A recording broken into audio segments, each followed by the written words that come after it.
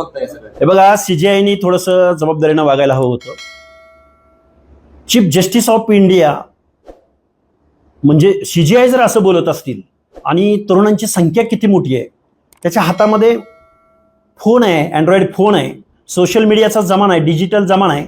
या जमान्यामध्ये काय क्रांती होऊ शकते हे आता सीजीआयला नव्हे, सीजीआय तर सोडा, पण महाराष्ट्राचे मुख्यमंत्री, देशाचे पंतप्रधान, राज्यकर्ते, सगळे आमदार, खासदार, मंत्री, विरोधी पक्षनेते, पक्ष चालवणारी मंडळी, या सगळ्या लोकांना कळून चुकेल की तुमचं जे चाललंय ते बरं चाललेलं नाही. विरोधकाची भूमिका बरोबर नीट पार पाडत नाही आणि सत्ताधारी इथल्या लोकशाहीला मानत नाही.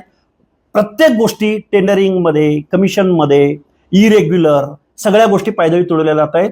जर तुम्ही या युथ जनरेशनला, जेन झीला जर समजून नाही घेतलं तर तुमच्यावर सुनामी समुद्रामार्गे येईल, आभाळातून येईल, की अजून कुठल्या मार्गाने येईल याची तुम्ही कल्पना सुद्धा करू शकत नाही. सीजेपीच्या माध्यमातून तरुणाचा आक्रोश व्यक्त होतोय का देश? अरे आक्रोश नाही, ही सगळी माणसं धुळीला मिळालेली असतील.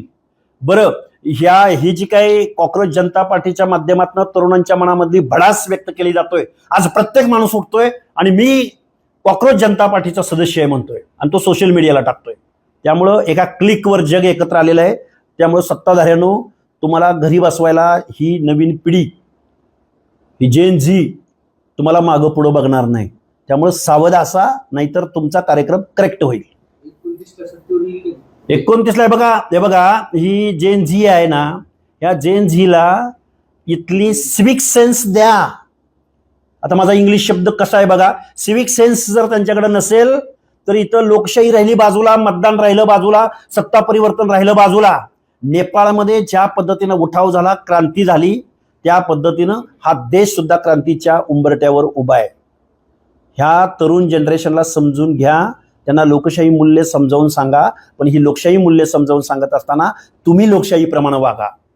नाहीतर तुम्ही सगळ्या कॉर्पोरेट वर्ल्डचं जर राजकारण करत असाल तर ग्रामीण भागामध्ये काय चालू आहे, दीनदलिताकडे काय चालू आहे, भटके विमुक्तांचं काय चालू आहे, शेतकऱ्यांचं काय चालू आहे, या सगळ्या गोष्टींचा जर तुम्ही एका बाजूला लाखो करोड रुपयांचे प्रोजेक्ट करता, लाडकी बहिणी योजनेच्या हेडखाली तुम्ही 30-35 हजार कोटी रुपये वर्षाला देता, पण तरुणांच्या हाताला रोजगार उपलब्ध होत नाही. तुम्ही नोकरी देऊ शकत नाही, तुम्ही महागाईचा भत्ता देऊ शकत नाही. ही जी काही आत्ता हातामध्ये मोबाईल घेऊन बसलेली डिजिटल मीडिया ज्याच्या हातात आहे, त्या लोकांना जर असं तुम्ही बेरोजगार ठेवलं ना, हा विषय फक्त त्या सीजीआय पुरता नाही, हा विषय फक्त बेरोजगारी पुरता नाही, तर हा सिविक सेन्स जर या पिढीला नाही मिळाला तर क्रांती अटळ आहे. हा देश क्रांतीच्या उंबरट्यावर उभा आहे.